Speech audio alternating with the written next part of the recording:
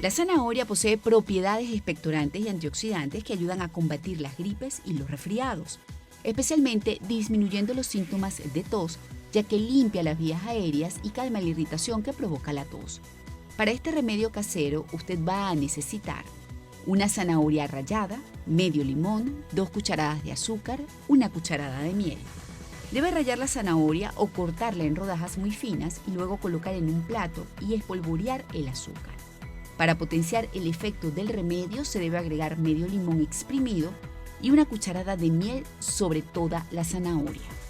El plato debe colocarse al aire libre y dejarlo reposar durante unos minutos.